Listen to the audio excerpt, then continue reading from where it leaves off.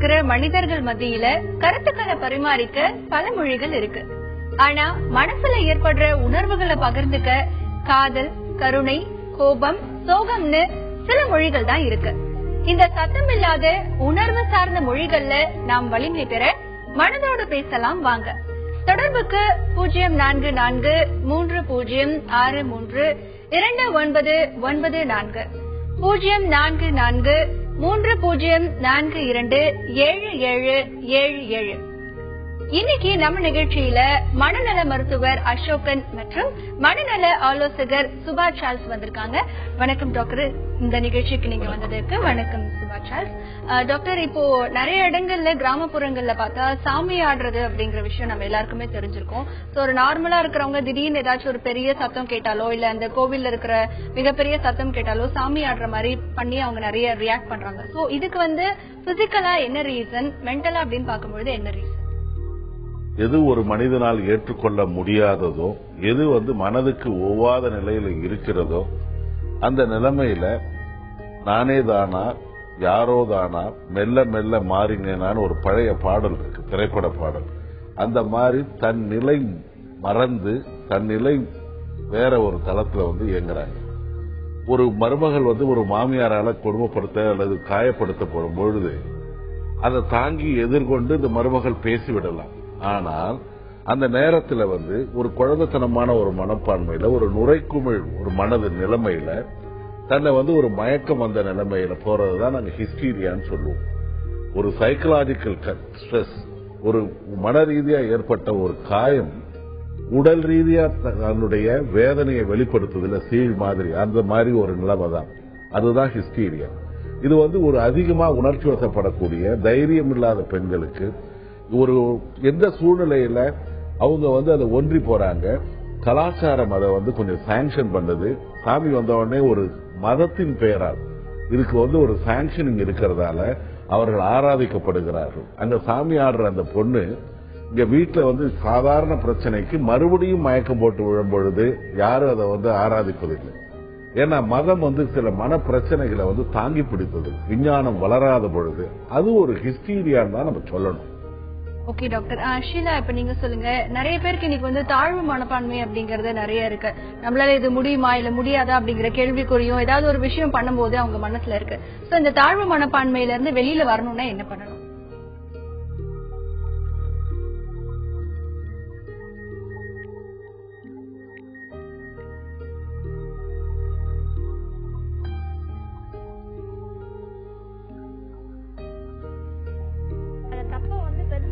காமிச்சு மற்றவங்களுக்கு எதிர்த்து அதை தப்பா காமிக்கும் போது அவங்களுக்கு அது மனம் உடைந்து போய் அது தாழ்வு மனப்பான்மை டெவலப் ஆகுது.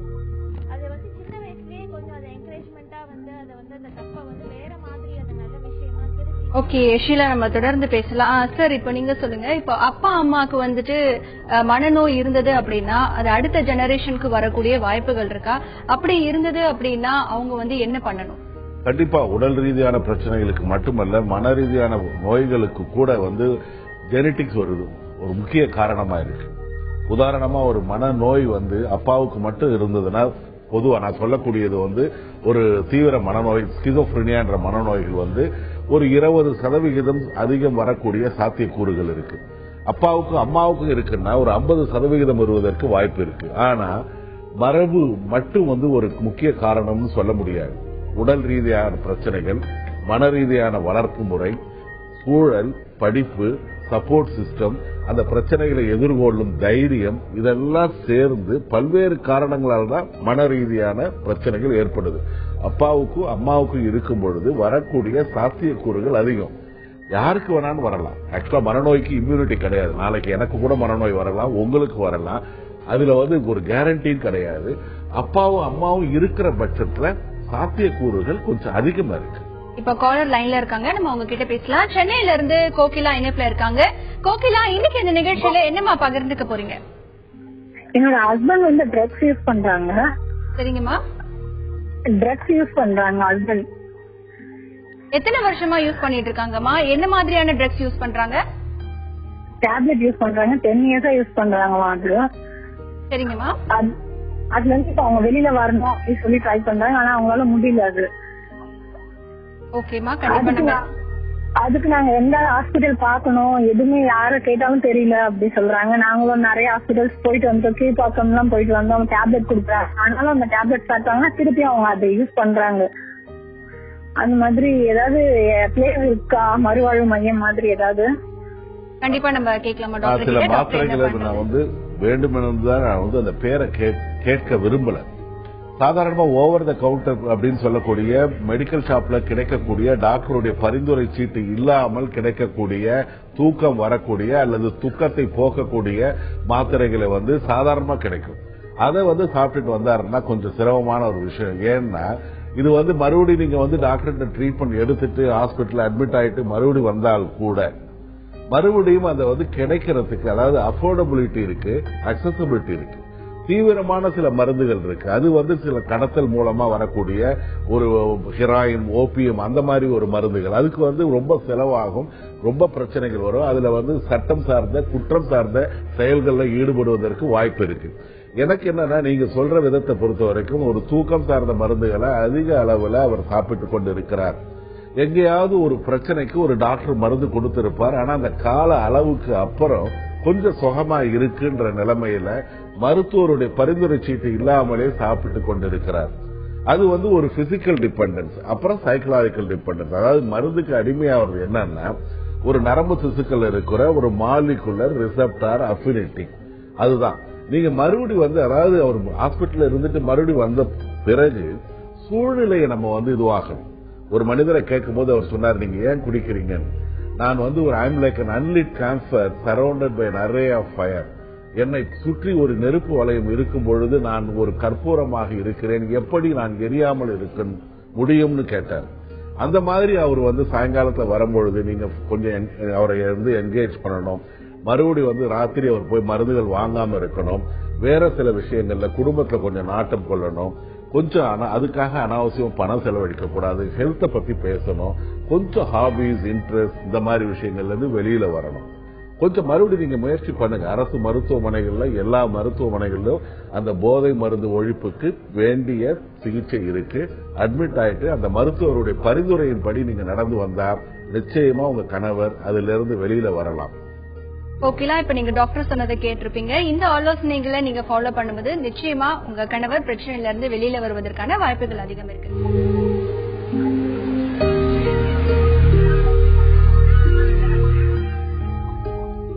சரியா தப்போ ஒரு முடிவெடுத்தா அது நமக்கு ஒரு அனுபவத்தையோ இல்ல வெற்றியையோ தரும். ஆனா முடிவெடுக்கவே யோசிச்சுட்டு இருந்தா ஒரு கட்டத்துல முடிவெடுக்காம விட்டுட்டோமேன்னு வருத்தப்பட வேண்டியதாயிரும். தைரியமா முடிவெடுக்க, மனசை திடப்படுத்த மனதோடு பேசலாம் வாங்க. தொடர்புக்கு 044632994277. இப்போ சென்னையில இருந்து ராஜசேகர் நம்ம இணைப்புல இருக்காங்க. ராஜசேகர், இன்னைக்கு இந்த நிகழ்ச்சியில என்ன பகிர்ந்துக்க போறீங்க? Hello ma'am, good afternoon. Actually எனக்கு அடிக்கடி இந்த தாட் வந்துட்டே இருக்கு. என்னோட க்ளோஸ் ஃப்ரெண்ட்ஸ் இல்ல ரிலேட்டிவ்ஸ் அவங்க திடீர்னு அவங்க இறந்துட்டாங்கன்னா அவங்க ஃபேமிலி யார் பாத்துப்பாங்க, நம்ம அதுக்கு என்ன, அது ஆக்சுவலி நான் நடக்க கூடாது, எதுவும் திங்க் பண்ணக்கூடாது அப்படின்னு நினைப்பேன். ஆனா இது சம் பெக்யூலியர் இதுவா இருக்கு. இப்ப என்னோட ஃப்ரெண்ட், க்ளோஸ் ஃப்ரெண்ட், அவர் இறந்துட்டாருன்னா என்ன ஆகும், அது மாதிரி ஒரு வந்துட்டே இருக்கு. நான் டக்குன்னு டைவர்ட் பண்ணிட்டு வேற எதனா பாட்டு அது மாதிரி என்ன கேட்பேன். ஆனா திடீர்னு வேற யாருன்னா ரிலேட்டிவ் பத்தி அது மாதிரி நினைக்க தோணுது. அது எனக்கு தெரியல, அது எதனால அது மாதிரி நினைக்க தோணுது எனக்கு ஒன்றும் புரியல. ஆனா அது மாதிரி நினைக்க கூடாதுன்னு நினைக்கிறேன். ஆனா பட் திடீர் வந்துட்டு போகுது. அது மாதிரி அவங்க நிலைமை என்ன ஆகும், அவங்க ஃபேமிலி எப்படி பண்ணுவாங்க, அது மாதிரி. ராஜசேகர், எவ்வளவு நாளா இந்த பிரச்சனை உங்களுக்கு இருக்கு? இது பாத்தீங்கன்னா ஒரு சின்ன வயசுல இருந்தே இருக்கு மேடம். ஒரு 5. ஆக்சுவலி எங்க அக்கா பீச்சுக்கு எல்லாம் போகும்போது எங்க அவங்க பீச்ல விழுந்துருவாங்களோ, நம்மளுக்கு யாரும் இல்லாம போயிடுவாங்களோ, அது மாதிரி ஒரு ஃபீலிங் ஒண்ணு இருக்கு. இதுக்கு ஏதாவது ட்ரீட்மெண்ட் எடுத்துட்டு இருக்கீங்களா ராஜசேகர்? இல்ல, ட்ரீட்மெண்ட் எதுவும் எடுக்கல. நான் என்னோட மைண்ட் மட்டும் டைவர்ட் பண்ணிக்கலாம். அப்படியே ஜஸ்ட் வேற எதுவுமே கான்சென்ட்ரேட் பண்ணிட்டு இத பத்தி நினைக்க கூடாது, எல்லாமே ஹாப்பியா இருக்கணும் அப்படின்னு நினைப்பேன். ஆனா திடீர்னு எப்பனா ஒரு டைம் இப்ப யாருன்னா டிராவல் பண்றாங்கன்னு வச்சுக்கோங்களேன், அவங்களுக்கு எதனா ஆயிடுமோ அது மாதிரி ஒரு பயம். ஓகே, கண்டிப்பா நம்ம இத பத்தி கேட்கலாம். ஷீலா, இதுக்கு என்ன பண்ணணும்? ராஜசேகர், இந்த மாதிரி தாட்ஸ் வந்து வேற எதுலயாவது வருதா உங்களுக்கு? இல்ல மேம், வேற எதுலயும் வர்றது இல்ல. இதுல மட்டும் தான் எப்ப டிராவல் பண்ணும்போது அவங்களுக்கு எதுனா இல்ல, வேற எதுலயும் வர்றது இல்ல. இந்த வயசுல இருந்து அப்படி இருக்கிறதுனால மேபி உங்களுக்கு ஒரு வீக் மைண்டா இருக்கும். உங்களுக்கு உங்க பேரண்ட்ஸ் யாராவது வந்து இந்த டெத்தை பத்தி நிறைய பேசி வீட்டுல வந்து இந்த டெத் ஆச்சுன்னா ஃபேமிலி இது மாதிரி எல்லாம் கஷ்டப்படுறது, இந்த மாதிரி டாக்ஸ் எல்லாம் வீட்டுல நிறைய பேசிட்டு இருந்திருப்பாங்க சின்ன வயசுல. சோ அது மனசுல வந்து உங்களுக்கு அப்படியே பதிஞ்சிருக்கும். நாள் பட உங்களோட பர்சனாலிட்டியும் அது மாதிரி இருக்கிறதுனால இந்த தாட் வந்து அதிகமா தெரியுது உங்களுக்கு. அந்த ஃபேமிலியோட இப்போ ஒரு டெத் நடந்ததுன்னு சொல்றீங்க, அதுல ரொம்ப இன்வால்வ் ஆயிருப்பீங்க. மேபி அந்த ஃபேமிலியில வந்து அந்த கஷ்டங்கள்லாம் நீங்க பாத்திருப்பீங்க. நீங்க வந்து அந்த இன்வால்வ்மெண்ட்டை வந்து வேற மாதிரி திங்க் பண்ணுங்க. அவங்களுக்கு வந்து ஒரு அட்வைஸா நீங்க வந்து பண்ணலாம். அந்த ஃபேமிலியில வந்து அந்த கஷ்டத்துல இருந்து எப்படி வெளியில வருதுங்கிறதுக்கு நீங்க முயற்சிகள் வந்து அவங்களுக்கு ஒரு அட்வைஸா கொடுக்கலாம். இத மாதிரி வேற விதமா திங்க் பண்ணி பாருங்க. அப்ப அந்த பயம் வந்து வெளியில போகும். அப்படி வந்து பாசிட்டிவா திங்க் பண்ணுங்க. அந்த வெளியில வந்து அந்த கஷ்டத்துல இருந்து அவங்க எப்படி வெளியில வரணும், அதுக்கு நம்மளால வந்து என்ன முயற்சி செய்யலாம். நம்ம ஃபேமிலிலயும் அது மாதிரி ஆச்சுன்னா எல்லாருக்குமே டெத் வரும், எல்லா ஃபேமிலியும் கஷ்டம்ங்கிறது வரும். அதை நம்ம எப்படி ஃபேஸ் பண்ணி அதுல இருந்து வெளியில வரோம் அப்படிங்கிறது தான் மெயின் திங். நீங்க அந்த மாதிரி ஒரு திங்க் பண்ணுங்க, அவங்களுக்கு ஒரு அட்வைஸ் பண்ணுங்க. இத மாதிரி எல்லாம் நீங்க பண்ணீங்கன்னா அந்த கஷ்டத்துல இருந்து சீக்கிரம் வெளியில வர முடியும். அவங்க எப்படி ஹாப்பியா இருக்கலாம், பினான்சியலி இருக்கட்டும், பிசிக்கலி இருக்கட்டும், அது மாதிரி ஏதாவது அட்வைஸ் பண்ணுங்க. உங்க தாட்ஸும் வந்து நாள் படையில இந்த மாதிரி ஒரு நெகட்டிவ் தாட்ஸ் வந்து போயிடும். ராஜசேகர், இப்ப நீங்க பாசிட்டிவ் தாட்ஸ் நீங்க நிறைய வளர்த்துக்கோங்க. நிச்சயமா அது உங்களுக்கு ஒரு பாசிட்டிவ் எனர்ஜியை கொடுக்கும். இந்த பிரச்சனையில இருந்து நீங்க சீக்கிரம் வெளியில வந்துடலாம். அடுத்ததா திருப்பூர்ல இருந்து சாந்தி நம்ம இணைப்புல இருக்காங்க. சாந்தி, இன்னைக்கு இந்த நிகழ்ச்சியில என்னமா பகிர்ந்துக்க போறீங்க? மேம், நான் வந்து திருப்பூர்ல இருந்து பேசுறேங்க. நான் வந்து மாத்திரை சாப்பிட்டுட்டு இருக்கிறேங்க. நான் வந்து அண்ணாவோட வந்து காணாம போயிட்டாங்க கொஞ்ச நாளைக்கு முன்னாடி. அப்புறம் செத்து போயிடுன்னு சொல்லி லெட்டர் எழுதி போயிட்டாங்க. ஹலோ, சொல்லுங்கம்மா. ஓகே, சாந்தி காலர் கட் ஆயிட்டாங்க. டாக்டர், இப்போ வீட்ல வந்து டீனேஜ் பசங்க எல்லாமே இருக்காங்க. அவங்க இந்த டீன் ஏஜ்குள்ள வந்து என்டர் ஆன உடனே அவங்களுக்கு வந்து எல்லாமே நமக்கு எல்லாமே தெரியும், நம்ம இனிமேல் சுதந்திரமா முடிவெடுக்கணும் அப்படிங்கிற ஒரு தாட்ல இருப்பாங்க. சோ பேரண்ட்ஸ் பாத்தீங்க அப்படின்னா என்ன இத்தனை நாள் நம்ம பார்த்து வளர்ந்தது திடீர்னு அவங்க தனியா போயிட்டு எல்லாமே பண்றாங்களே அப்படிங்கிற தாட்ஸும் இருக்கும். சோ அந்த டீனேஜ் பசங்க அந்த சர்டன் ஏஜ் வந்ததுக்கு அப்புறம் பேரண்ட்ஸ் எந்த அளவுக்கு அவங்க கிட்ட ஃப்ரெண்ட்லியா இருக்கணும்? நீங்க சொல்ற வளரிளம் பருவம்ன்றது உடல் ரீதியா சில மாறுதல்கள் ஏற்படுது, மன ரீதியா சில மாறுதல்கள் ஏற்படுது. அவன் சார்ந்த ஒரு சமூக தளங்களிலும் அவனுடைய மாறுதல்களை உணர்கிறான். அங்க பாத்தீங்கன்னா அங்க அந்த போக்கஸ் வந்து ஃபேமிலியில இருந்து அந்த பியர் குரூப்புக்கு அந்த ஷிஃப்ட் ஆகுது. அந்த போக்கஸ் அவன் சார்ந்த நண்பர்கள் குழாம் வந்து உடுத்தும் உடை, அவர்கள் யூஸ் பண்ற லாங்குவேஜ், அந்த ஆட்டிடியூட் எல்லாம் கம்ப்ளீட்டா மாறும். அந்த குடும்பத்துடைய கலாச்சாரம் அந்த நண்பர்களுடைய குழு கலாச்சாரத்துக்கு ஏற்றபடி ஒரு டேண்டமா இருப்பது சிரமம். அவனுக்குள்ள வந்து ஒரு செகண்டரி செக்ஷுவல் கேரக்டர்ஸ் வரும். நான் யார், நான் என்ன பண்ண போறேன், நான் என்ன படிக்க போறேன், நான் என்ன மாதிரி ஆக போறேன். ஒரு பெண்ணை பார்த்தா எனக்கு வந்து ஆசைகள் வருது. சில வேறு விதமான வித்தியாசமான சந்தோஷப்படக்கூடிய, அதே சமயத்தில் வெட்கப்படக்கூடிய, வெளியில சொல்ல முடியாத உணர்வுகள்லாம் ஏற்படுது. இந்த மாதிரி கேள்விகளுக்கு அவனாகவே பதிலை கண்டுபிடிக்க வேண்டிய நிலைமையில அவன் இருக்கான். அதெல்லாம் வந்து அவன் பெற்ற ஞானம், நண்பர்கள் பண்ற குழப்பங்கள், படித்த புத்தகங்கள், வளர்ந்த விதம், இதை வைத்துக் கொண்டு அந்த கேள்விகளுக்கு ஓரளவு பதில வந்து அவன் உருவாக்குறான். அந்த பதில் அவனுக்கு சரியா தெரிவராத பொழுது ஐடென்டிட்டி கிரைசிஸ் ஒரு சின்ன குழப்பமான நிலைமை ஏற்படுது. நீங்க பாத்தீங்கன்னா அந்த சமயத்துல வந்து பெற்றோர்கள் வந்து கொஞ்சம் விலகி இருக்கலாம். எல்லாமே எனக்கு வந்து இதுவரைக்கும் நான் அம்மா பிள்ளையா இருந்தேன், அப்பா பிள்ளையா இருந்தேன், ஒரு இண்டிவிஜுவலா நானே என்னுடைய முடிவுகளை எடுக்க போறேன், என்னால முடியும் அப்படின்ற ஒரு ரெண்டுங்கட்டான் நிலைமை. அங்க வந்து நண்பர்கள் குழாம் என்ன மாதிரி இருக்குன்னா, ஒரு ட்ரக் சீக்கிங் பிஹேவியர் இருந்ததுன்னா அதை இம்பைப் பண்ணக்கூடிய வாய்ப்புகள் அதிகமா இருக்கு. ஒரு கண்காணிக்க வேண்டும், அதாவது சுதந்திரம் இருக்கணும்.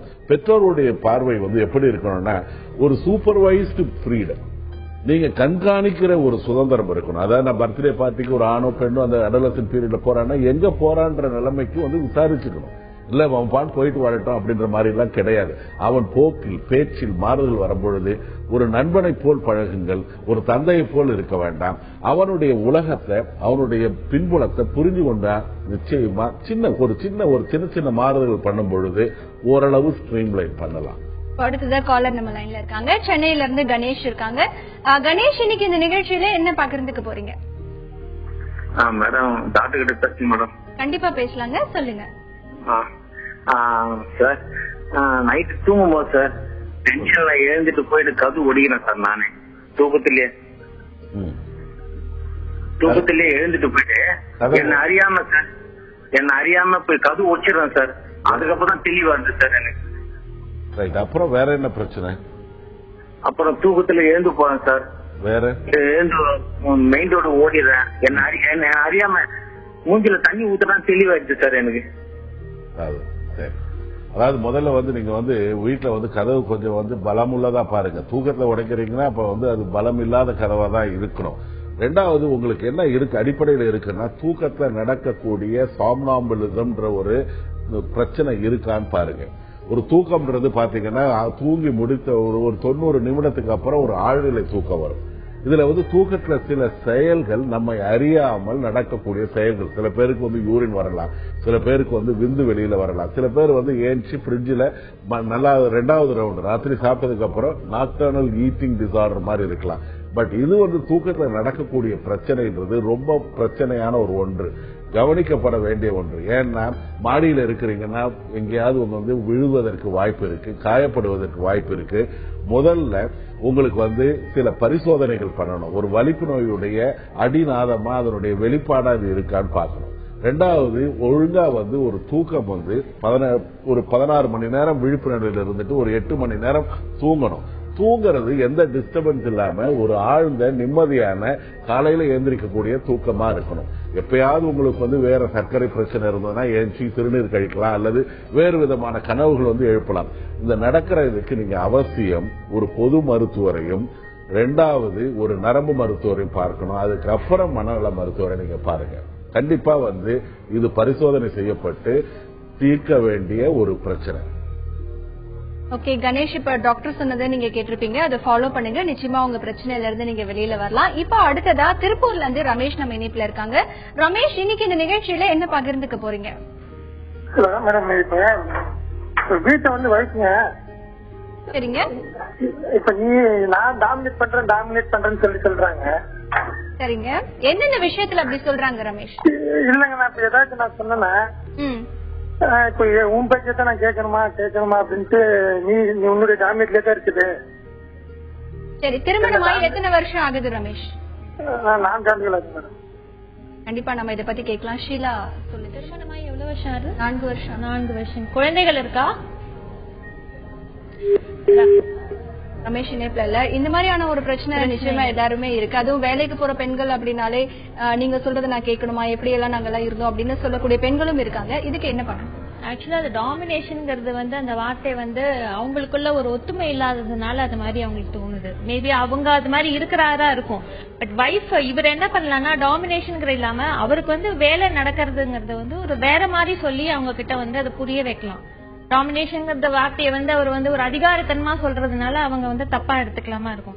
அத சாஃப்டா சொல்லி வேலை நடக்கணும், அவ்வளவுதான். சண்டை இல்லாம ஃபேமிலி நடக்கணும். அத ஒரு சாஃப்டா சொல்லி இது மாதிரி பண்ணின்னு சொல்லிட்டு ஒரு தாழ்ந்து போக வேண்டாம். குரலை சொல்ற விதத்துல ஒரு டோன்ல சொல்லி அது மாதிரி வேலைகளை என்கரேஜ் பண்ணி வேலை வாங்கலாம்.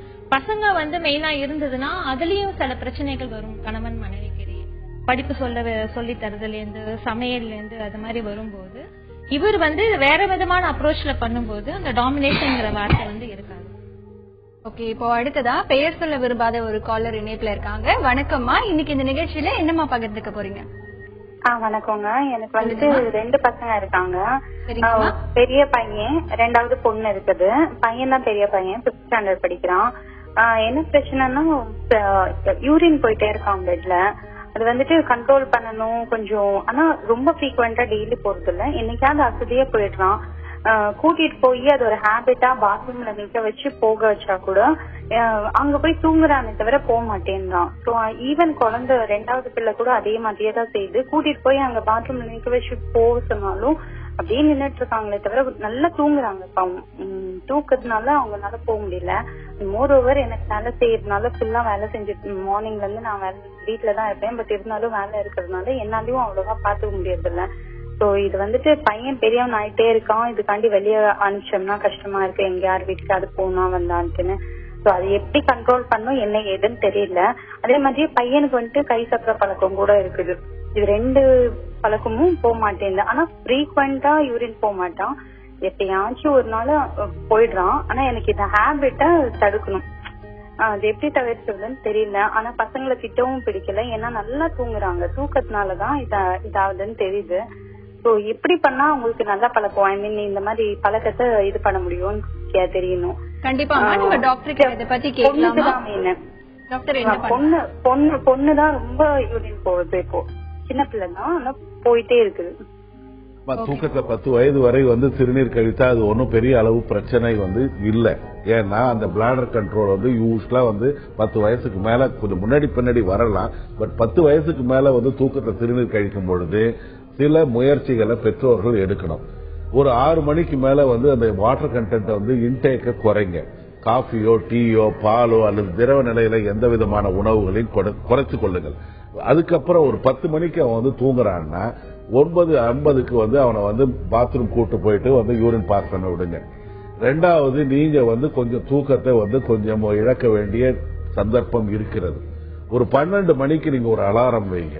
12 மணிக்கு அலாரம் வச்சுட்டு நீங்க முதல்ல எழுந்துச்சு அவனை எழுப்பி அவன் தூங்கினாலும் தூங்கலனாலும் மறுபடி போய் அவனை பாத்ரூம்ல அவனை சிறுநீர் கழிக்க விடுங்க. மறுபடி ஒரு 3 மணிக்கு வந்து அவனுக்கு வந்து அந்த யூரின் வந்து மறுபடியும் அதே மாதிரி செய்யுங்க. ஒரு வாரம் இதை பண்ணுங்க.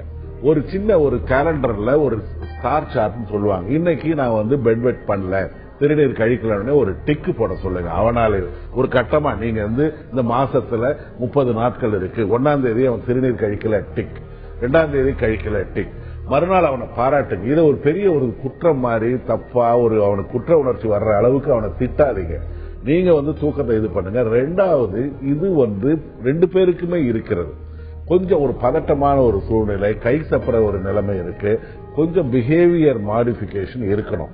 நிச்சயமாக அந்த குழந்தைங்க கிட்ட சொல்லுங்க, எடுத்து நேரடியா எது வந்து பழக்கப்பட்டு ஒரு கண்டிஷன் ஆகி டீப்லி இன்கிரைண்டா இருக்கிற ஒரு செயல் மறுபடி வந்து அந்த நிலைமையில இருந்து வெளியில வரணும். அவன்கிட்ட வந்து ஒரு பாசிட்டிவ் ரீஇன்ஃபோர்ஸ்மெண்ட் வரணும். இது அதாவது இது பண்ணலன்னா நான் இது பண்ணுவேன் அப்படின்னு சொல்லாதீங்க. பாரு, நான் பண்றது இல்ல, அப்பா பண்றது இல்ல, அந்த குழந்தை பண்றது இல்ல, இது வந்து பண்ணாம இருந்தா நல்லது அப்படின்னு சொல்லுங்க. பண்றது கெட்டதுன்னு சொல்லாதீங்க. பண்ணாம இருந்தா இன்னும் நல்லா இருக்கும். ஒரு ஃபெயில் ஆனா ஒரு பையன் 35 மார்க், என்னடா நீ ஃபெயில் அப்படின்னு 50 வாங்கினா இன்னும் நல்லா இருக்கும், உன்னால முடியும். அவனை வந்து அதாவது அந்த பாலை அவனுடைய கோர்ட்ல போடுங்க, அவன் மேல வந்து அதை சொல்லுங்க. மறுநாள் வந்து அவன் சிறுநீர் கழிக்கலன்னா ஒரு பாராட்டுங்க. ஒரு மருத்துவர், குழந்தை மருத்துவர்கிட்ட பாருங்க, சில பரிசோதனைகளும் தேவைப்படுது. ஏதாவது ஒரு சிறுநீர் அந்த குழாயில ஏதாவது பிரச்சனைகள் இருக்கா, ஒரு ரூல் அவுட் பண்றதுக்கு வலிப்பு நோய் ஏதாவது இருக்கா, சில பரிசோதனைகள் தேவைப்படும். சில பேருக்கு, எல்லாருக்கும் இருக்கணும்னு இல்ல. நீங்க கொஞ்சம் கூட இருந்து இந்த பிஹேவியர் மாடிஃபிகேஷன் இருந்தீங்கன்னா நிச்சயமா இதுல பலன் நிறைய இருக்குமா. டாக்டர் சொன்னதெல்லாம் நீங்க ஃபாலோ பண்ணிக்கோங்கம்மா. நீங்க பதட்டப்படாம உங்களுடைய குழந்தைங்க கிட்ட இதை பத்தி நீங்க ஃப்ரீயா பேசுங்க. முடிஞ்சா உங்க பகுதியில இருக்கிற குழந்தைகள் மருத்துவர்கிட்ட உங்க பசங்களை கூட்டிட்டு போங்க. நிச்சயமா இந்த பிரச்சனையில இருந்து உங்க பசங்க வெளியில வந்துருவாங்க.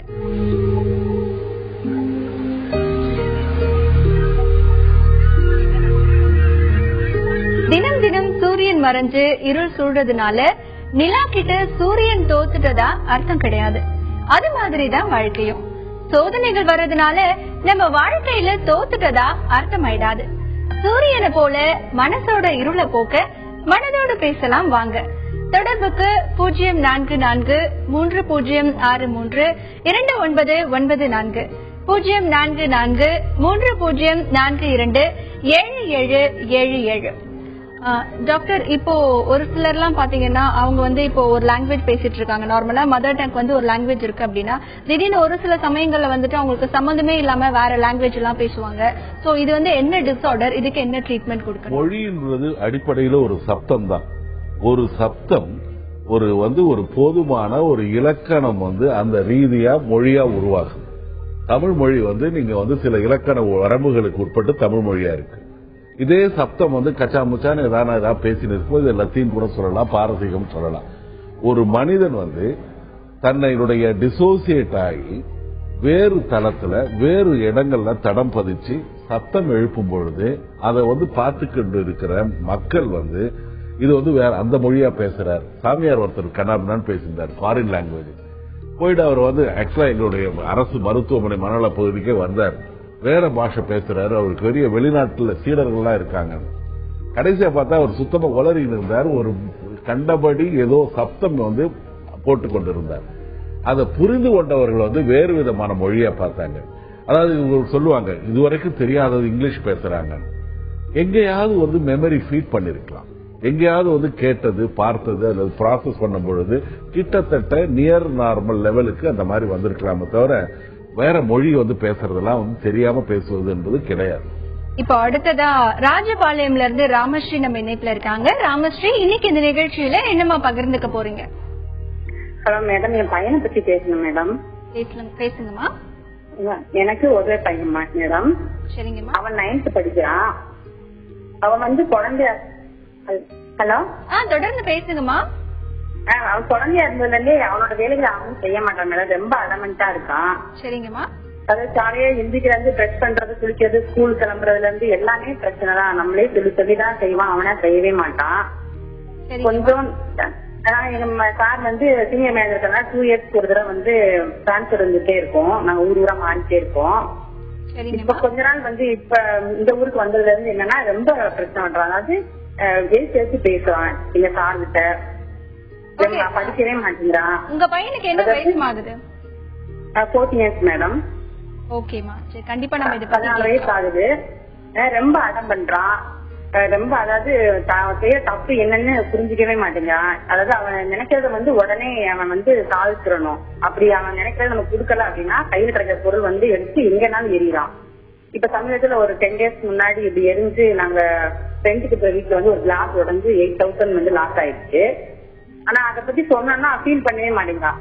அதாவது பணம் இருக்குல்ல, செலவு பண்ணுங்க, நான் சம்பாதிச்சு உங்களுக்கு தர்றேன் அப்படிங்கிற மாதிரிதான் பேசுறானே ஒழிய அவன் வந்து அதுக்காக வந்து சரி இப்படி பண்ணனால இந்த மாதிரி ஆயிடுச்சு அப்படின்னு யோசிக்கவே மாட்டேங்கிறான். இப்ப வந்து எது சொன்னாலும் கேட்கவே மாட்டேங்கிறான். இப்ப என்ன ப்ராப்ளம் அப்படின்னா ரொம்ப தனியா இண்டிவிஜுவலா அவன் ஒரு பையன் தான். அவனா வளர்ந்ததுனால வந்து ரொம்ப அடமெண்ட், தான் தான் தனக்கு தான் அந்த மாதிரி ரொம்ப பிடிவாதமா இருக்கான். யாரு கூடயும் ஒட்ட மாட்டேங்கிறான்.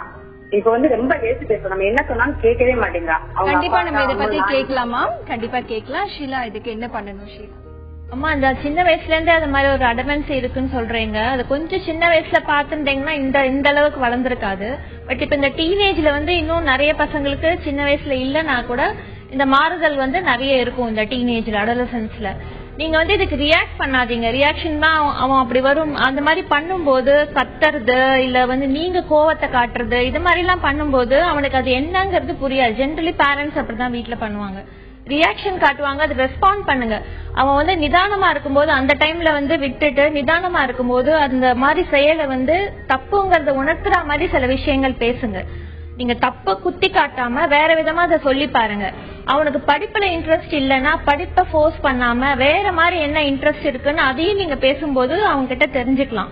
அந்த இன்ட்ரெஸ்ட வந்து என்கரேஜ் பண்ணும்போது இந்த பிடிவாத குணம் எல்லாம் கொஞ்சம் கொஞ்சமா போகும். கொஞ்சம் சாஃப்டா டீல் பண்ணி பாருங்க. உங்களால டீல் பண்ண முடியல, நீங்க ரியாக்ஷன் தான் காட்டுறீங்கன்னா ஒரு கவுன்சிலர் கிட்டையும் போய் இது மாதிரி இந்த பசங்களுக்கு எப்படி வந்து நீங்க அந்த டைம்ல எப்படி பேசணும் அப்படிங்கறதையும் சொல்லி கொடுப்பாங்க. படிப்பு ரொம்ப கம்மியா இருக்கு அப்படிங்கும்போது ஒரு அசஸ்மெண்ட்டும் எடுத்துக்கோங்க. அவனுக்கு புத்தி கூர்மை இருக்கா அது மாதிரி அசஸ்மெண்ட்ஸும் வந்து எடுப்பாங்க, அதையும் கொஞ்சம் பண்ணிக்கோங்கம்மா.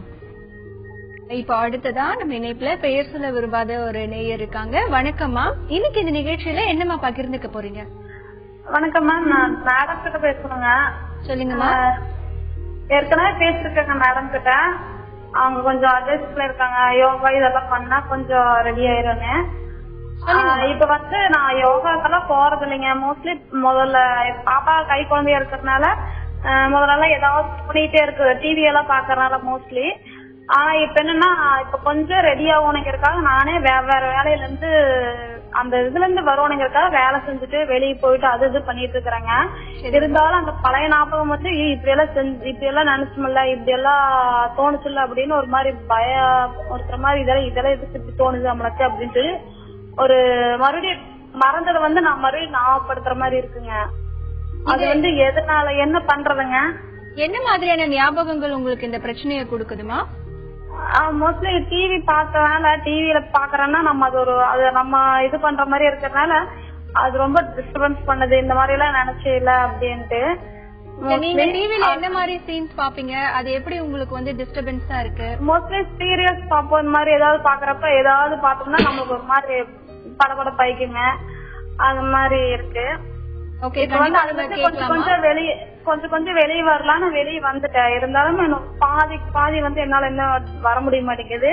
அது வந்து டாக்டர் கிட்ட கீழ் போகணுங்களா இல்ல அந்த பழைய இது மனநிலை சரியில்லாதப்போ இருந்த மாதிரி அதனால ஏதாவது ப்ராப்ளம் ஏதாவது வரலங்களா? நம்ம கண்டிப்பா இதை பத்தி கேட்கலாமா ஷீலா? அதுக்கு என்ன பண்ணணும்? நீங்க இந்த சீரியல்ஸ் பத்தி சொன்னீங்கம்மா. சீரியல்ஸ்ல வந்து சில சீரியல்ல ரொம்ப வந்து கஷ்டமான இதெல்லாம் காட்டுறாங்க. மூஞ்சி வந்து எக்ஸ்பிரஷன்ஸ்ல ரொம்ப அதிகமா கொடுத்து காட்டுறாங்க. அது உங்களுக்கு பாதிப்பு அடைஞ்சிருக்கலாம். அந்த மாதிரி இதை நாங்க முதல்லயே கொஞ்சம் அவாய்ட் பண்ணுங்க. அது மாதிரி கஷ்டமா இருந்தான்னு சொல்லியிருந்தேன். நீங்க யோகா பயிற்சி இருந்தாலும் நான் ஜென்ரலா யோகா போங்க, உங்களை டைவர்ட் பண்ணிக்கோங்க சொல்றதை விட நீங்க வந்து அதுல என்ன இன்ட்ரெஸ்ட் காட்டுறீங்கிறது பொறுத்து இருக்கு. உங்களுக்கு என்ன இன்ட்ரெஸ்ட் இருக்கோ, அந்த ஆர்வம் இருக்கோ, அந்த மாதிரி பயிற்சியில நீங்க வந்து ஈடுபடுத்தலாம். இன்னொன்னு என்னன்னா, நீங்க வந்து வேற என்ன சொன்னாங்க, அவங்களுக்கு அந்த ஞாபகங்கள்லாம் ரொம்ப ஞாபகங்கள் வருது. கொஞ்சம் டைம் வந்து இன்னும் கொஞ்சம் டைவர்ட் பண்ணி பார்த்துக்கோங்க. உங்களுக்கு டைம் நிறைய இருந்ததுன்னா யோகா மட்டும் இல்லாம பக்கத்துல ஃப்ரெண்ட்ஸ் சர்க்கிள் சேர்த்துக்கோங்க. பக்கத்துல வேற ஏதாவது கிளாஸ் கூட போகலாம். ஃப்ரெஷ்ஷா நீங்க ஏதாவது கத்துக்கிற மாதிரி போங்க.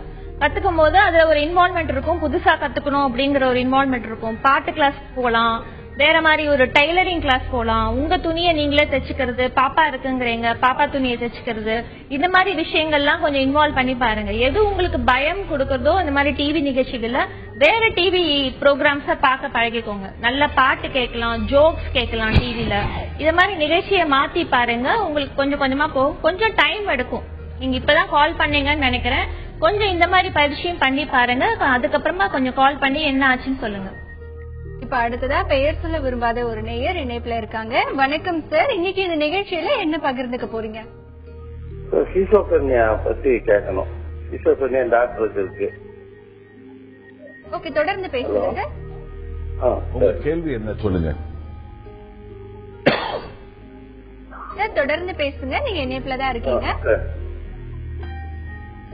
ஹலோ, பேசுங்க சார். என்ன கேள்வி கேட்கறீங்க? என் டாக்டருக்கு வந்து 5 வருஷமா இருக்குங்க ஸ்கிசோஃப்ரெனியா. அதான் 5 வருஷமா ஸ்கிசோஃப்ரெனியா இருக்கு. சரிங்க, 5 வருஷமா இருக்கு ஸ்கிசோஃப்ரெனியா. இப்ப வந்து மேரேஜ் நடக்க வேணாம்னு பிஇ முடிச்சுட்டாங்க. டிஸ்கன்டினியூ பண்ணி முடிச்சாச்சு பிஇ. இப்ப 5 வருஷமா நாங்க பாத்துக்கிறோம் மெடிசன் இதெல்லாம் ஓலியன்ஸ் சிசோடான் போட்டு எடுத்து போட்டுக்கிறோம். எங்களுக்கு அப்புறம் அது என்ன பண்ண முடியும் லைஃப்ல, அதுக்கு என்ன வழி, ஏதாவது வாய்ப்பு இருக்கா வாழ இண்டிவிஜுவலா மேரேஜ் லைஃப் இல்லாத நான் ஃபாதர் மதர் இருந்து பாத்துக்கிறோம். அதுக்கு வந்து என்ன வழி, அதுக்கு எங்களுக்கு வந்து புரியாம இப்ப தவிக்கிறோம். கவலைப்படாதீங்க சார், நம்ம டாக்டர் கிட்ட கேட்கலாம். ஸ்கிசோஃப்ரெனியான்றது ஒரு மன அழற்சி நோய் அல்லது மன சிதைவு நோய்னு சொல்லலாம். உங்களுடைய ஒரு மனிதனுடைய எண்ணம் வந்து சிதைந்து போய்விடும். அதாவது வந்து அந்த ஒரு சிதைந்து போயிட்டு கற்பனையான சில எண்ணங்களுடைய ஒரு முகாந்திரத்துல வந்து அந்த மனிதர் இருப்பார். யாருமே இல்லாத போது காதுகளில் பேசுற குரல் கேட்கும். யாருமே இல்லாத போது எதிரில் ஏதோ உருவங்கள் தெரியும், அல்லது வேறு விதமான வித்தியாசமான சந்தேகமான எண்ணங்கள் கூட வரலாம். இது வந்து ஒரு பாரம்பரியமா வரலாம், பாரம்பரியம் இல்லாம வரலாம். இதுக்கு காரணங்கள் பாத்தீங்கன்னா பல்வேறு காரணங்கள் இருக்கு. பொதுவா இந்த வளரிளம் பருவத்தில் வரும்பொழுது அந்த டைப் ஆஃப் ஸ்கிசோஃப்ரெனியாவை பொறுத்து, பாரம்பரியத்தை பொறுத்து, சப்போர்ட் சிஸ்டத்தை பொறுத்து கொஞ்சம் நாள்பட்டு இந்த இருக்கக்கூடிய வாய்ப்புகள் இந்த தீவிரமான மனச்சிதைவு நோய்க்கு இருக்கு. ஒரு 100 ஸ்கிசோஃப்ரெனியால 33% வந்து பாத்தீங்கன்னா கொஞ்சம் மாத்திரை சாப்பிட்டுட்டு கம்ப்ளீட்டா நல்லா ஆயிடுறாங்க. 33 அடுத்த ஒரு 33% வந்து பாத்தீங்கன்னா மாத்திரைகள் சாப்பிட்டு இருந்தாங்கன்னா நல்ல பங்கஷனல் ரெக்கவரி இருக்கு, சோசியல் ரெக்கவரி இருக்கு. அந்த 3வது பிரிவு தான் கொஞ்சம் சப்போர்ட் சிஸ்டம் இல்லாம ஒழுங்கா மாத்திரை சாப்பிடாம அவர்கள் வந்து கொஞ்சம் டிட்டோரியேஷன் போயிட்டு ஒரு இன்கார்சரேஷன் லெவலுக்கு ஒரு வெஜிடபிள் மாதிரி ஆகிறாங்க. ஒரு பிஇ படிச்ச உங்க பொண்ணு கொஞ்சம் மெயின்டைன் ஆயிருக்கு, பங்கஷனல் ரெக்கவரி இருக்கு, வேலை செய்ய முடியுது, சோசியல் ரெக்கவரியும் சமூகத்துல போய் வந்து மூவ் பண்ண முடியுது, பழக முடியுது. இப்ப உங்க முன்னாடி இருக்கும்போது நம்முடைய காலத்துக்கு அப்புறம் திருமணம் தேவையா இல்லையான்னு அந்த ஸ்கிசோஃப்ரெனியாவுடைய தன்மையை பொறுத்து நாங்க வந்து அதாவது மனநல பாதிப்பு வந்து யாருக்கு வேணாலும் வரலாம். ஆனால் இப்ப சாதாரண பிரச்சனைகளுக்கே வந்து நம்ம வந்து குற்றம் சொல்லி மன முறிவு ஏற்படக்கூடிய வாய்ப்புகள் இருக்கு.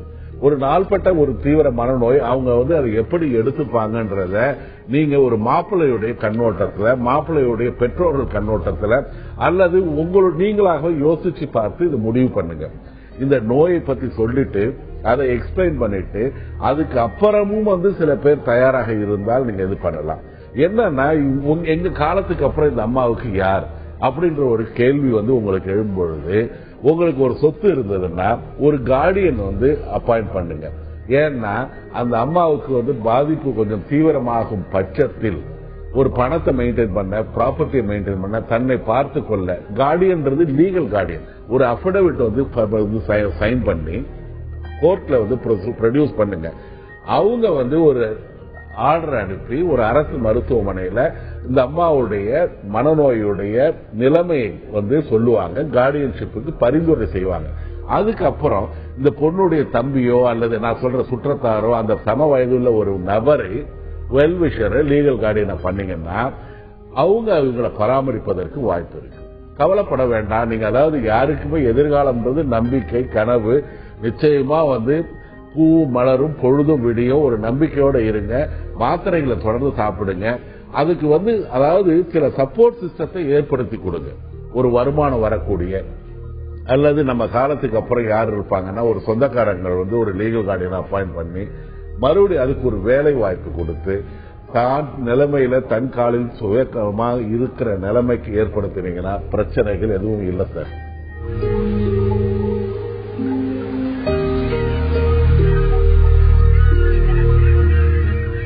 மனுஷனோட வாழ்க்கைங்கிறது தீர்வு காண வேண்டிய ஒரு பிரச்சனை இல்ல, ஒவ்வொரு நொடியும் அனுபவிச்சு வாழ வேண்டிய ஒரு நிதர்சனம். இந்த நிதர்சனத்தை முழுமையா அனுபவிக்க மனதோடு பேசலாம் வாங்க. தொடர்புக்கு 044 3063 2994 044 3042 7777. இப்போ நம்ம இணைப்புல மகேஷ் இருக்காங்க. மகேஷ், இன்னைக்கு இந்த நிகழ்ச்சியில என்ன பகிர்ந்துக்க போறீங்க? என்னன்னா ஒரு சொந்தமா ஆபீஸ் வச்சிருக்கேன். சரிங்க. Train ticket booking service. என்னன்னா இப்ப இடையில வந்து ஒரு சின்ன கையில ஒரு ஆக்சிடென்ட் கொடுத்துருவாங்க. கை பிராக்சர் ஆகி வீட்டுல தான் இருக்கேன். கை பிராக்சர் ஆகி வீட்டுல தான் இருக்கேன் மேடம், கெட்டு போட்டு. சரிங்க, சொல்லுங்க. சரிங்களா. என்னன்னா ட்ரிங்க்ஸ் அடிக்கிற பழக்கம் உண்டு பாத்துக்கோங்க. இப்ப 2 நாள் நிப்பாட்டிட்டேன். நிப்பாட்டின பிறகு இப்ப என்னன்னா நமக்கு இல்லாம நம்மளால தூங்க முடியல. நைட்டு படுத்தாலே வந்து எனக்கு அறியாம ஏதோ நடந்த மாதிரியும் கனவுகள் வந்துகிட்டே இருக்கு பாத்துக்கோங்க. அதாவது முழிச்சிட்டு இருக்கேன். ஆனா எனக்கு எண்ணத்துல வந்து எங்கெங்கயோ போயிட்டு இருக்கு. எனக்கே ஏதோ ஆன மாதிரி எனக்கே தோணுது. அதுக்கப்புறம் நேற்று ஸ்லீப்பிங் டேப்லெட் எடுத்தாலுமே இடையில 3 மணி நேரத்துக்கு ஒரு தடவை முழிப்பு வந்து எங்கெங்கயோ பேசுற மாதிரி தோணுது. எங்க என்னன்னு பண்ற மாதிரி மைண்ட்ல ஓடிட்டே இருக்கு மேடம். நடக்காதல நடந்த மாதிரி தோணிட்டு இருக்கு. கண்டிப்பா நம்ம இதை பத்தி டாக்டர் கிட்ட கேட்கலாம். டாக்டர் நடக்குதா இல்ல என்ன காரணம் தெரியல. இதுக்கு காரணம், அடிப்படையான காரணம் வந்து குடிப்பழக்கம் தான். கொஞ்சம் குடிப்பழக்கத்துக்கு நீங்க அடிமையானதுக்கு அப்புறம் திடீர்னு நிறுத்தும் பொழுது வித்ராயல் சிம்டம் வரும். அதாவது வேண்டாத சில அந்த உடம்புல வந்து சில ரசாயன மாறுகள் ஏற்பட்டு சாதாரணமா ஒரு பதட்டம், படபடப்பு, கை கால்கள் சோர்வு, கொஞ்சம் அதிகமா வேர்க்கிறது, தூக்கம் இல்லாது, எங்க ஏஞ்சி ஓடலாம், இது ஒரு நிலைமை. ரெண்டாவது பாத்தீங்கன்னா டெலீரியம் வரலாம். காதுகள்ல யாரோ பேசுற மாதிரி, உருவத்தில் நிக்கிற மாதிரி, பாம்பு வர்ற மாதிரி, பறவை பறக்கிற மாதிரி, அல்லது உருவங்கள் வந்து ரொம்ப பெருசா தெரியும், மேக்ராப்சியா, அல்லது சின்ன குட்டியா இருக்கும் மனிதர்கள், லில்லிபுட்டர் மாதிரி இருக்கும். அது வந்து ராத்திரி சமயத்துல, பகல்லாம் நல்லா இருக்கும், ராத்திரி தூங்கும் போது எல்லா விதமான பிரச்சனைகள் வரலாம். அல்லது 3வது நிலைமையில சுத்த மன பிரச்சனை மாதிரி, ஒரு மன சிதைவு நோய்களை என்ன மாதிரி வந்து இரலவெண்டா பேசிக்கிட்டு இருப்பாமோ அந்த மாதிரி வரலாம். கண்டிப்பா இப்ப வேற அடிபட்டு இருக்கீங்க, பிராக்சர் ஆயிருக்கு, தூக்கம் வராது. அதுக்கு நீங்க வெறும் தூக்க மாத்திரைகள் மட்டும் சாப்பிட்டா போதாது. அவசியம் ஒரு மருத்துவரை பாருங்க, ஹாஸ்பிட்டலைஸ் பண்ணணும். ஏன்னா ஆரம்பம் வந்து இப்ப 2 நாளா வந்து ஆரம்பிச்சிருக்கு. இந்த டெலீரியம்ன்றது ஒரு 24 மணி நேரத்துக்கு 72 மணி நேரத்துக்குள்ள எப்படி வேணாலும் வரலாம். ஒரு எக்ஸைட்மெண்ட் ஸ்டேஜுக்கு போலாம். ஏற்கனவே வந்து நீங்க பேசுறது உங்களுக்கு கேட்டிருக்கு, நீங்க பேசாதது உங்களுக்கு கேட்டிருக்கு. யாருமே இல்லாத மனிதர்கள்லாம் இப்ப தெரிய ஆரம்பிச்சிருக்காங்க. ஒருவேளை ஒரு உள் சிகிச்சை வந்து உட்புற நோயாளியா வந்து நீங்க அட்மிட் ஆகி பார்க்க வேண்டிய நிலைமை கூட ஒரு ஃபியூ டேஸ். ஏன்னா நீங்க வந்து கண்டினியூஸா குடிச்சிருக்கீங்க. சாதாரணமா நீங்க வெறும் தூக்க மாத்திரைகள்ல இது சரியாகாது. ஒரு எக்ஸைட்மெண்ட் வந்ததுன்னா உங்களுக்கு வந்து ஏற்கனவே பிராக்சர் ஆகி அதுக்கு வந்து இப்ப பிஓபி போட்டிருப்பீங்க, இல்ல பிளேட் வச்சிருப்பீங்க, அதுவும் பாதிப்புக்கு உள்ளாவதற்கு வாய்ப்பு இருக்கு. அவசியம் உங்க ஹாஸ்பிட்டல்ல எந்த டாக்டர் பாத்தீங்களோ அங்க ஒரு மருத்துவரை பாருங்க, ஒரு ட்ரீட்மெண்ட் எடுங்க. இதுல இருந்து முதல்ல இருந்து இது ஒரு ட்ரிங்க்ஸ் வந்து நீங்க அதை பத்தி ஃபீல் பண்ணவே இல்லை. காரணங்கள் வந்து வெளியில் இல்லை, காரணம் வந்து நீங்க தான். இதுல இருந்து வெளியில வாங்க. இதை ஒரு நல்ல ஒரு பிளஸிங் இன் டிஸ்கைஸ் மாதிரி, ஒரு கெட்டதிலையும் நல்லது மாதிரி இதை காரணம் வைத்துக்கொண்டு இதுல இருந்து வெளியில வந்து ஒரு நல்ல நிலைமைக்கு வாங்க. இப்ப அடுத்ததா தஞ்சாவூர்ல இருந்து மூர்த்தி நம்ம இணைப்புல இருக்காங்க. மூர்த்தி, இன்னைக்கு இந்த நிகழ்ச்சியில என்ன பகிர்ந்துக்க போறீங்க? சரி மூர்த்தி, டிவி வால்யூம் கம்மி பண்ணிருங்க, போன்ல கான்சென்ட்ரேட் பண்ணி பேசுங்க. மூர்த்தி, பையன்மா, என் பையனுக்கு 37 வயசாச்சுங்க. சரிங்க. பையனுக்கு 37 வயசாச்சுங்க. அவங்க ஒரு 10 இயர்ஸ்க்கு முன்னாடி சிங்கப்பூர் போயிருந்தான். சிங்கப்பூர் போன இடத்துல என்ன பிரச்சனைன்னு தெரியல, அவன் ஆழ்நிலை தியானத்துக்கு எல்லாம் போயிருந்திருக்காங்க. அங்கேயும் கொஞ்சம் மனசு பாதிச்சு போய் திரும்ப வந்துட்டான் ஊருக்கு. 10 இயர்ஸ் மனநல டாக்டர்கிட்ட வைத்தியம் பார்த்துட்டு இருக்கிறோம். இப்போ பார்த்துட்டு இருப்போம் 2 இயர்ஸ் 3 இயர்ஸ் கொடுத்தாங்க. அப்புறம் பரவாயில்லன்னு சொல்லி விட்டுட்டாங்க. அதோட அப்புறம் 1 இயர் 2 இயர்ஸ் மாத்திரை வேணாம்னு சொல்லிட்டாங்க டாக்டர். அப்புறம் திரும்பவும் அதே பிரச்சனை வந்துகிட்டே இருக்கு. இது மனநலம் பாதிச்சது அந்த ஆழ்நிலை தியானம் போறதாலுங்களா, இல்ல இவனுக்கு சாதாரண மைண்ட் ஏதாவது பிரெயின்ல ப்ராப்ளம் இருக்குங்களா, அது என்னன்னு புரியல. திரும்ப சில பேர் சொல்றாங்க இந்த ஆழ்நிலை தியானம்னா அது சில பேர் அதை ரெக்கவர் பண்ணி எடுக்கிறதுக்கு இருக்காங்க, ஸ்பெஷலிஸ்ட் எல்லாம் இருக்கிறாங்கன்னு சொல்றாங்க. இது சம்பந்தமா நான் பேசுறேன். அவன் எதா இருந்தாலும் இப்ப ஞாபகம் மறந்து கோவப்படுறான். தொழில் ஏதாவது செய்யணும்னு பாக்குறான், அதுல அவனால ஃபுல்லா கான்சென்ட்ரேட் பண்ண முடியல. அதுக்கு ஏதாவது ஒரு ஆலோசனை கண்டிப்பா நம்ம கேட்கலாம் டாக்டர். இதுக்கு என்ன நிச்சயமா அதாவது ஆழ்நிலை தியானம்ன்றது ஒரு சாப்பாடு மாதிரி. இது ஒரு விஷம் மாதிரி இந்த பிரச்சனை வந்திருக்கு. உங்களுக்கு மகனுடைய 37 வயது மகனுக்கு என்ன பிரச்சனைன்னு நான் ஊகிக்க முடியுதுன்னா, ஒரு பைபோலார் டிசார்டர், ஒரு மன எழுச்சி நோய் வந்திருக்கலாம். அதுக்கப்புறம் கொஞ்சம் கம்ப்ளீட்டா நல்லா இருக்காரு. அதற்கப்புறம் இப்ப 2வது தடவை ரிலாப்ஸ் ஆகி இல்ல அந்த மறுபடியும் ஒரு அட்டாக் வருது. கண்டிப்பா மாத்திரைகள் சாப்பிடணும். இது என்னன்னா மன எழுச்சி மற்றும் மன வருத்த நோயுடைய அறிகுறிகள். மன வருத்தமா இருக்கும்போது கொஞ்சம் சப்டியூடா மென்மையான ஒரு பதிப்பா இருக்கும் வருத்தம். அதனால அதை நம்ம பிக்கப் பண்ணிருக்க முடியாது. மன எழுச்சி அதிகமாகும் பொழுது அது ஈஸியா ரிலேட்டிவ் புரிஞ்சு கொள்ள முடியும். டாக்டர் ட்ரீட்மெண்ட் எடுப்பாங்க. ஆழ்நிலை தியானம் ஒரு சந்தோஷமான விஷயம். ஆனா ஆழ்நிலை தியானம் என்ன நினைக்கிறீங்கன்னா, ஏதோ கிணத்துல ஒரு பாதாள கொரடை எடுத்து மறுபடியும் உள்ள இருந்து எடுக்கிறது கிடையாது.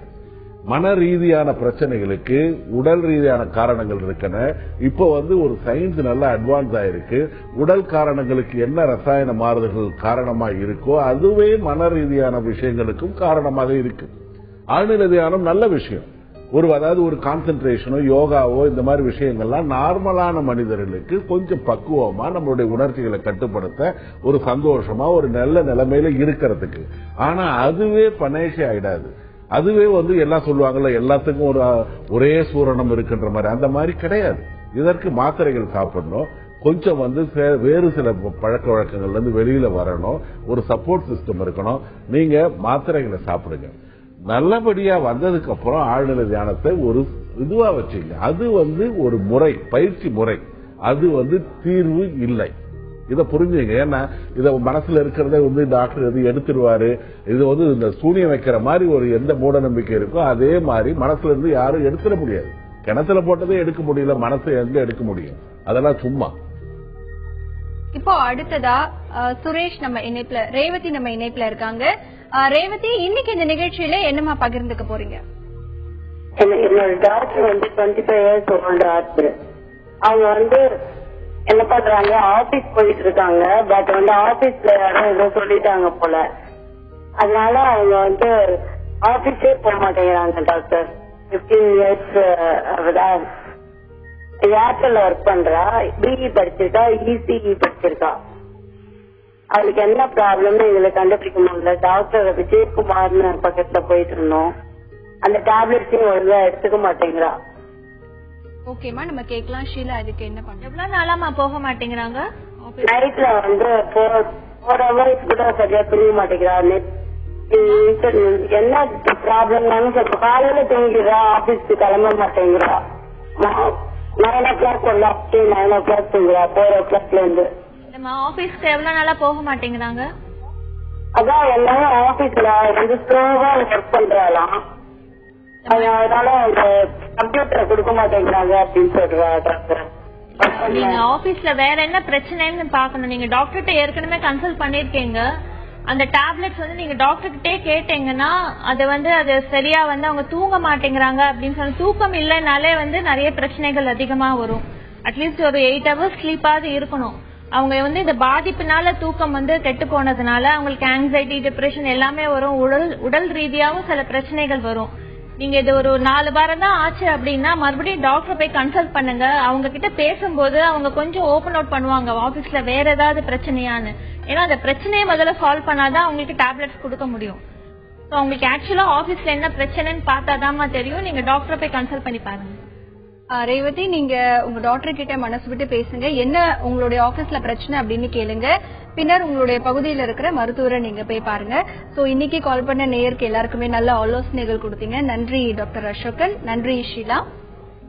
நம்ம மனசு பொதுவா நம்மளை விட சிறப்பாகவும் சொகுசாகவும் வாழ்றவங்களை பார்த்து அந்த மாதிரி வாழத்தான் ஏங்கும். நம்ம நிலையை விட மோசமா வாழ்றவங்களை பார்த்து நம்ம மனசு நம்ம வாழ்க்கைய நினைச்சு திருப்திப்படாது ஒப்பிட்டு பாக்குறத மொத்தமா நிறுத்திட்டு நமக்கு கிடைச்ச வாழ்க்கைய பொக்கிஷமா பாதுகாத்து சந்தோஷமா வாழ மனதோடு பேசலாம் வாங்க. மீண்டும் நாளை சந்திக்கும் வரை உங்களிடமிருந்து விடைபெறுவது ஹேமா ராகேஷ்.